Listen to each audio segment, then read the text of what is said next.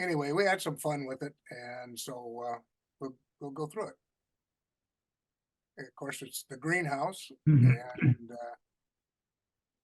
actually, I don't do anything with the greenhouse on this particular presentation, but maybe sometime in the future I'll do one on the greenhouse.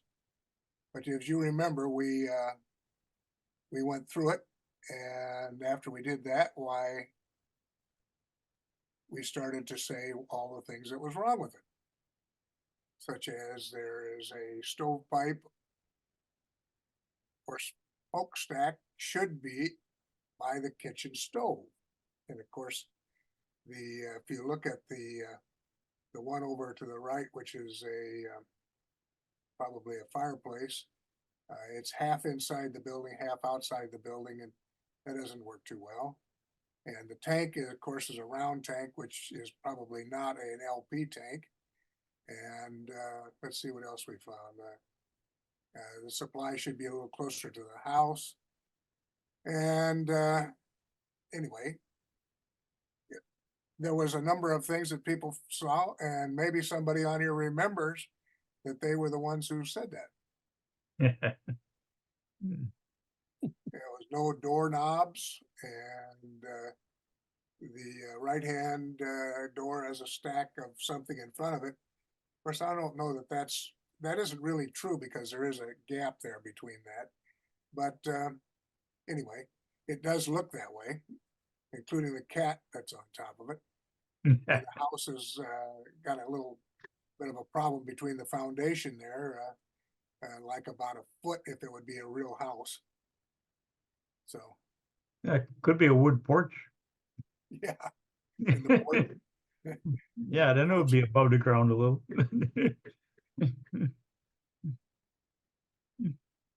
so anyway, what else we got here? There's no visible signs of support for the roof, and there certainly isn't. And there should be some framing with gables and so forth. And we should be seeing the rafter tails on the roof. Of course, I think this probably is an AHM building. It is a cheap building, and I think there was, I don't know if you can see my cursor, but I think there was an overhanging porch here originally. Ah, Sure. Yep, the Moz, whatever, yeah. Anyway, the weathering is not too bad, but the right-hand side of the house has gray siding up under the eaves where it should be protected. And so that, it gets into the painting of your house and things, and that's all good information. And there's the one about the chimney being sitting on outside the home, and not saying it couldn't be inside, but usually put on the outside single floor dwelling. Lots of times a chimney is on a two-story house will be supported by the framing on the second floor. That central located heating system. Anyway, I don't think the roof around the chimney is not needed. So I'll go on. You all remember that, and people who watch this can read it. Again, we got no doorknob, and the house is sitting a little above the foundation. As far as the brush on the side of the house is concerned, I guess I've seen houses that somebody doesn't take care of, that the brush kind of grows up. oh yeah. So anyway, so I started rebuilding the freight house. First thing I did is because I really can't build on the layout anymore. You can see the plywood here. It's actually a piece of Luan. siding, but yeah. Anyway, I cut a piece that fit in there and I took it over to the workbench and started working on it. And this again is I think is another cheap AHM building. And this is a depot that I have changed. Ah, So there's what it looked like originally. So here I've started to modify it. I took the bay window out and replaced it with wood board and batten, which turned out to be almost exactly like the plastic stuff. The building now sits on a raised platform, which before it didn't, and the platform extension and stairs are completed. And the work being done on the workbenches, static grass, I've put some of that in at this point. And I test fitted it to see how it would look.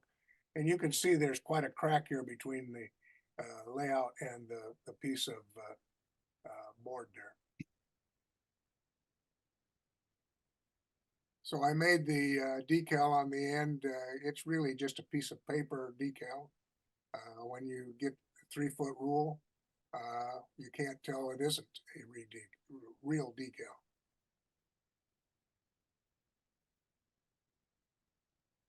So there's the back side. Now the building to the left has not been done, and that's why there's a big crack between the two. But you see, I put a step in right here. That wasn't there before.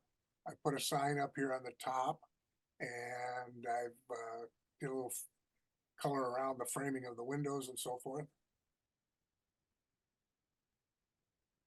I wonder if any of you remember Walmart having these cars. Man, I bought a bunch of them. Yeah, they're nice. So here it is. And of course, I still have a little bit of a problem here. And I usually what I do with these cracks is I get dirt out of the garden, just regular dirt, and I run it through a sifter so that it's real fine. I just fill that crack in. Now, if I ever pull that out of there, it's dry. It's not cemented in, and I usually don't vacuum that. But if I do vacuum it, I got to put another coat in.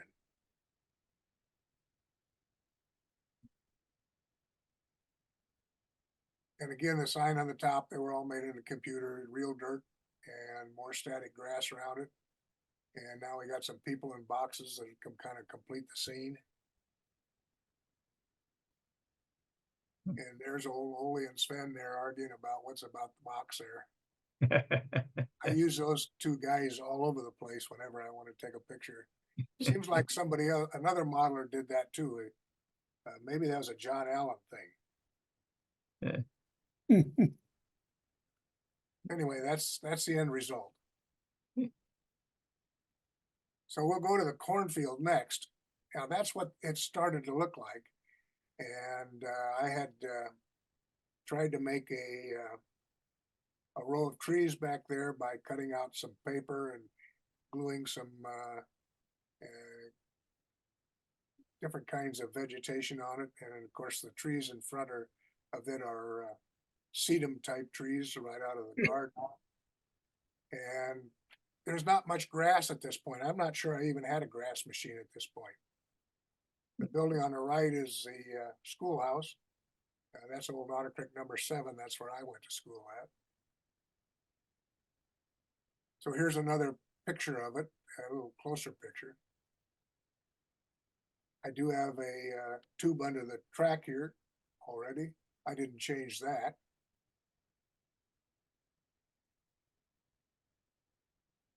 So now I start the big change.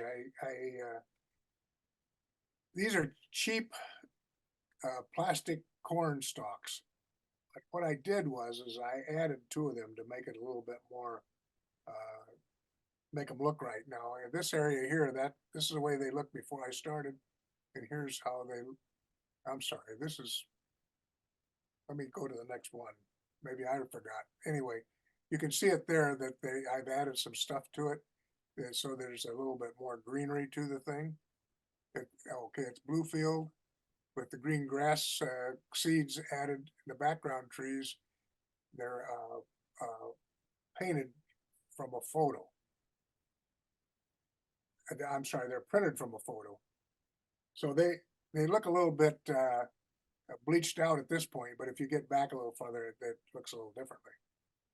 So you did a hell of a job with that crappy corn. That's not Blueford corn. That's Knox. Could be. Maybe yeah, because the Blueford stuff sucks. That stuff's pretty good. Anyway, out in the garden, why we have this grass that I cut off the tops of it. And then I glued I just rubbed the Elmer glue on there with my finger and just added to it and just laid it on there, and then they stick just fine, and I painted it with the airbrush. Anyway, it looks like that. Now, there's a few things there that were to do over again, I would make the post a little smaller. Because we talked about that, the tops of them are about 12 inches across. I don't think you're ever gonna find a farmer's fence that has 12-inch tops to their post. They're more like 2 to 5 inches. And but the gate is a normal farmer's gate where they just they don't put in a real metal gate. They just have the barbed wire and a post at the end where they put it down in the ground and put another piece of wire across it to hold it up. I'm sure everybody's seen those. So I had to have a little, I put this in, which was not there, so that the farmer could get to the field. The signal is, I do have working signals. The signals are attached to the switches so that you know that when you come into town, why you can, you're not gonna hit a switch, go in the wrong direction and derail everything. And the communication lines are okay as long as they're not in front where they get in your hands when you try to re-rail something. At this point, I did not put a switch stand in. I'm sorry, I do have a switch stand. Yeah. Yeah.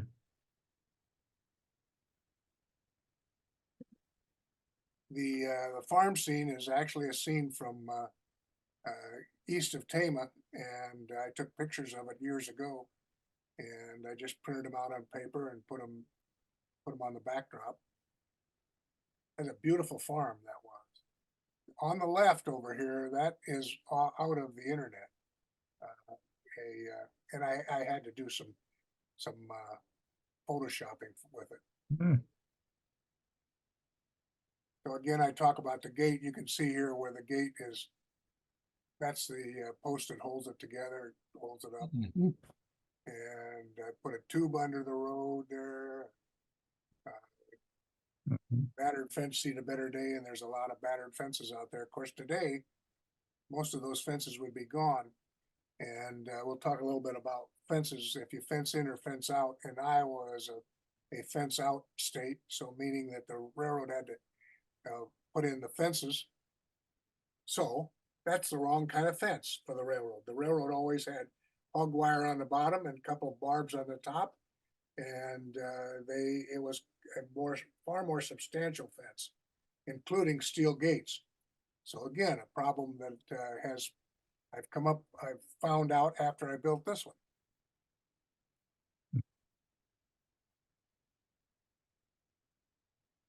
I think besides sedum, this is maybe everything here is sedum. I'm not sure. I use a little bit of every kind of weed and put the foam on top of it. And I usually spray the bottom with black, and then I spray the top with green. And while it's still wet, I put the foam in it. So there's what Gladstone looked like before. And here's what Gladstone looks like now. So I hope there's a little improvement to it. Nice.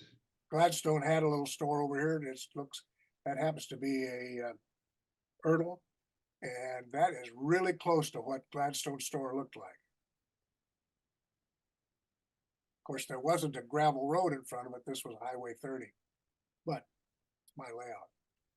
Oh, I should note here, the corn, the wire corn bin, really, you gotta give Clark all the credit on there, because he's the one who said, you know, that works fine if you just take a picture of it and wrap it around. You don't have to have the absolute detail of it. So Yeah.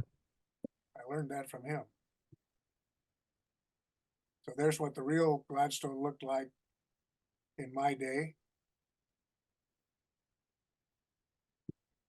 So we'll go over to the abandoned railroad, and this is what it looked like before I started. as you can see, I tried to make furrows here. That didn't work too good, didn't look very right. The trees are starting to, everything gets dusty after time, so the trees don't look very vivid. And so it was time to do something with this. So the first thing I did was give the plowed area a coat of new plaster. And then I started removing the trees and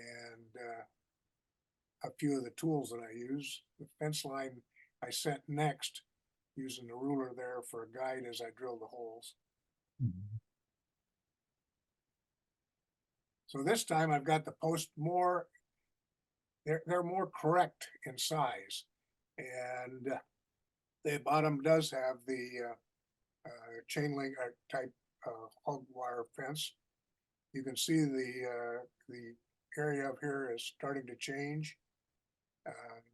That's real dirt now on there. I use real dirt everywhere as the underbody thing. The old telephone and telegraph wires are just cut off. Somebody stole them all. I left the posts in. Cool.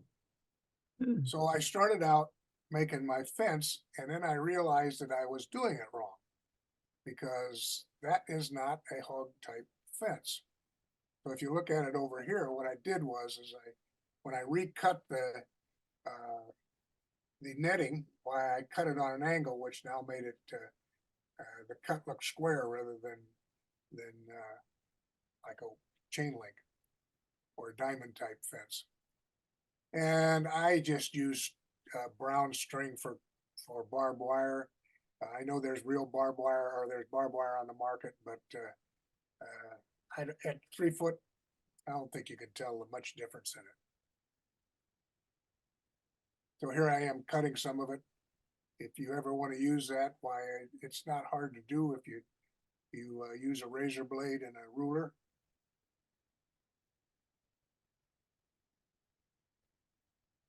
And you can buy that.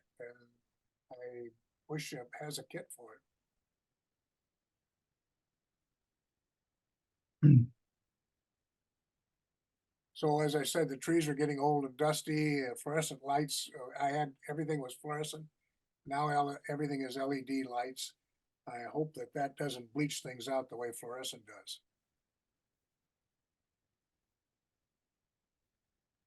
So I've tried the spray adhesive, and quite frankly, I don't think it does a very good job. I think the best, you just can't beat hairspray, and the cheaper the better. And I always tell everybody, you got to be real careful. Don't get the scented type, or the next thing you know, somebody's going to say, now who was here? And you don't really want that kind of question to ask. Anyway, the other paint, this is real cheap paint, and frankly, it's too cheap. So you buy a little better paint than that. It has a little more, it works a little better. So here's how I didn't bother to even pull those out.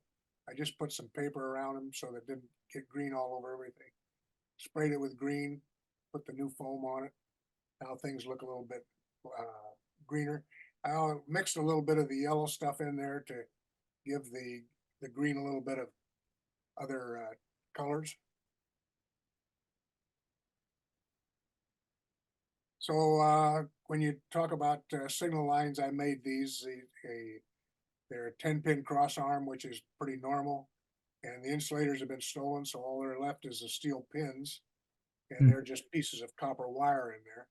Here you can see the fence down in front of it, and some of the brush and stuff that I'm going to start putting in, and I'm starting to put some foam or static grass around. I don't use a nail thing. I use that, it's kind of a little pick. It's not an ice pick, but it's similar to that. And that's what I just move around when I do my grass. I'm not sure that I think that the grass that I do that way is as good as when I do it upside down, but there was no way I was going to take that layout and turn it upside down. So that's the way that ended up. not everything stands up. And then, of Is course, that all?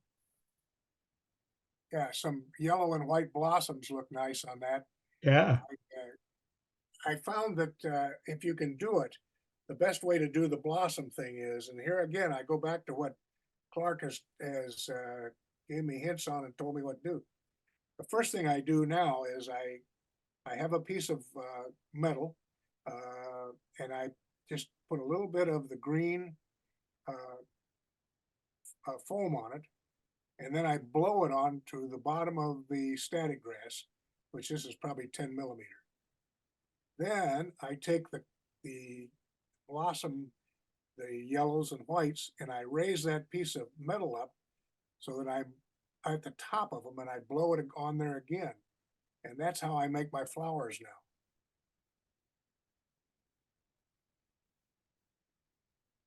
So this is the other side.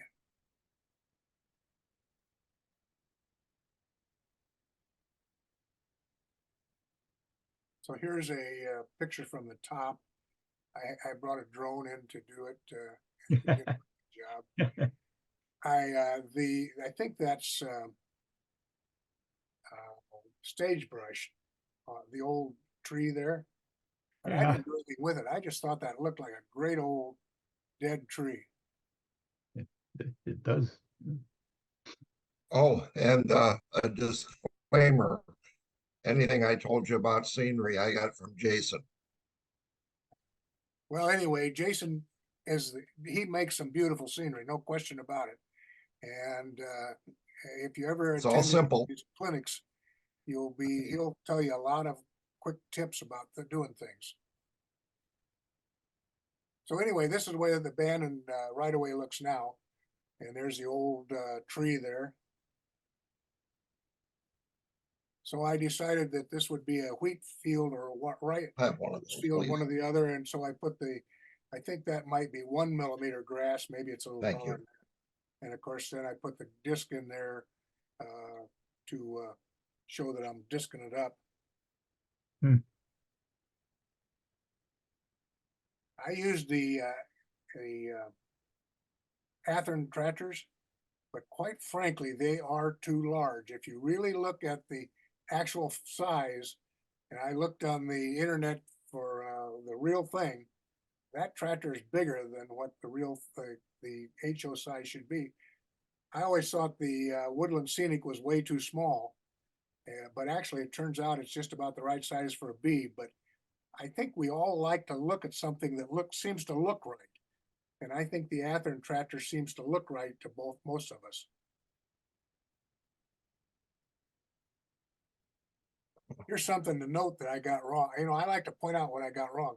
Notice how the the motor car here, how can he get across these rails without any wood inside the track? I guess I'm gonna have to do some work there. A Strong section hands, lot of muscle. a lot of muscle. There's the before scene. There's the after scene. So then we'll go to the rebuilding of the tunnel. I really wanted to leave the cobweb in there, but everybody said, take the cobweb out. There was a cobweb here. And I really thought that really added a lot to it. And I took it out anyway. So anyway, I tried to paint on there to begin with. Of course, I do things always usually the hard way. The layout was built and then I decided, oh, I ought to have some kind of background. So a person who builds houses and things they have this red paper that they put on the floor, which is extremely durable. They can walk on it and stuff like that. It doesn't tear up very easily. So Rosin anyway, paper. that's what that is. That's that red paper. So anyway, this is the beginning. So of course I had to move everything out of the way, and I tell you that area is 39 inches from the front of the layout. Let me tell you, I broke a lot of things building this. Today I wouldn't even start it. Today it would be, that's the way it's going to be forever. That's a stretch. So to the left over here, I thought, okay, well, I'll just take some stuff out of the internet and paste it on the side of the wall. I never thought that looked too good. So I took and did some measuring, and I found out, if I make the ceiling tile very, very thin, I have just enough room that I can still pass by there with cars and stuff. So on the right, that's broken ceiling tile, and I'm testing it out to see how it's going to look. But I do need something on top of it, so I found this picture on the internet and I liked it. And so it turns out that it was a little bit too short. So of course I had to splice it. So this side and that side actually is the same picture, only one side's reversed. So I'll have to take care of that problem right there. And of course, here's where the rock is going to go. So there I am making the test, and you can see the ruler holding it up while I'm going to run the train by it and see what happens. So I decided I'd make some better trees. So I took this stage brush armature and I got some super tree branches. And I think it was, I'm not sure who told me about the electric drill, but I bought one of them, and man, that thing works so good. It closes up to the point I can put a 80 point in there. Some of them didn't close up quite that good. Wow. Anyway, mine did. So I drilled little holes in that sagebrush, and I glued in the super tree branches. And back with the hairspray and spray adhesive. That I might have tried to use that on this. I have a pan that this is my leaf bin, and I just pour it full of foam and stuff like that, and then I take my tree and roll it around in there after I put on some kind of adhesive of some kind, including just paint or spray adhesive or hairspray or whatever I plan on using. Whatever's handy to my work area. So the tree looks like that. So the first thing I thought, yeah, but that one branch leaving out there on the left looks like it's, don't look very good. But trees do look like that. Yep. I mean, there is no really wrong tree. If you start looking at trees, there is no wrong tree. Right. Okay, so after 4 weeks of work, there's the back is finally done.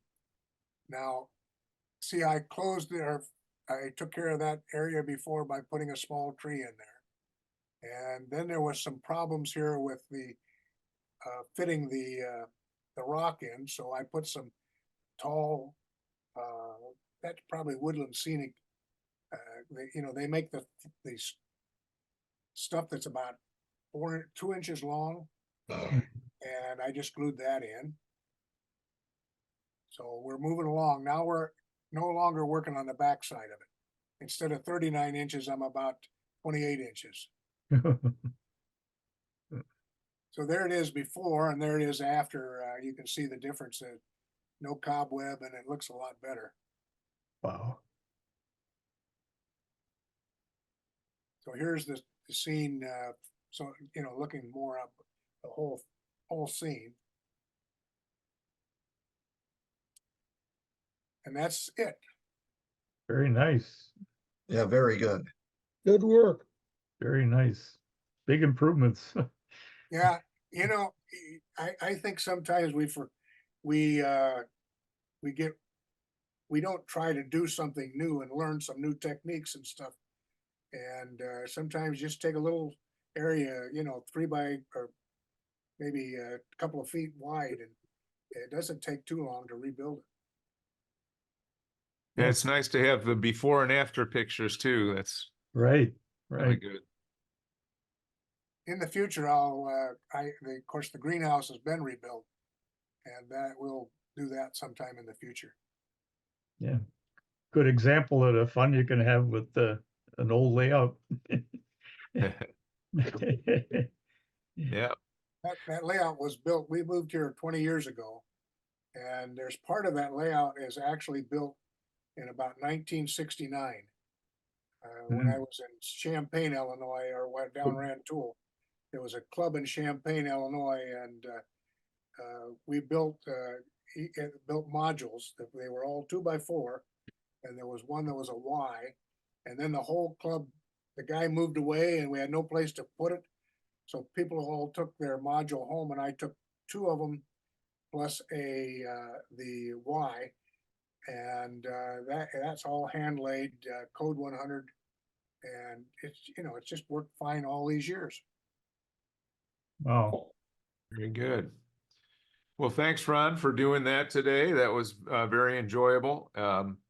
Next week, for those of us who hang around church a lot, is Holy Week, and so we will not meet. I'll be playing the organ, and and so we'll take next week off, and we'll be back sometime in April, whatever that day would be. I'll look at my calendar real quick here and tell you. Would be about April 4th. That sounds Yeah. about right. What I was gonna say. Yeah, April 4th it is. So enjoy the Easter holiday, and we will see you on April 4th. Yeah, happy Very Easter. much. You guys. Yep. Good night, everybody. Thanks, Ron. Thanks, Ron. Yep.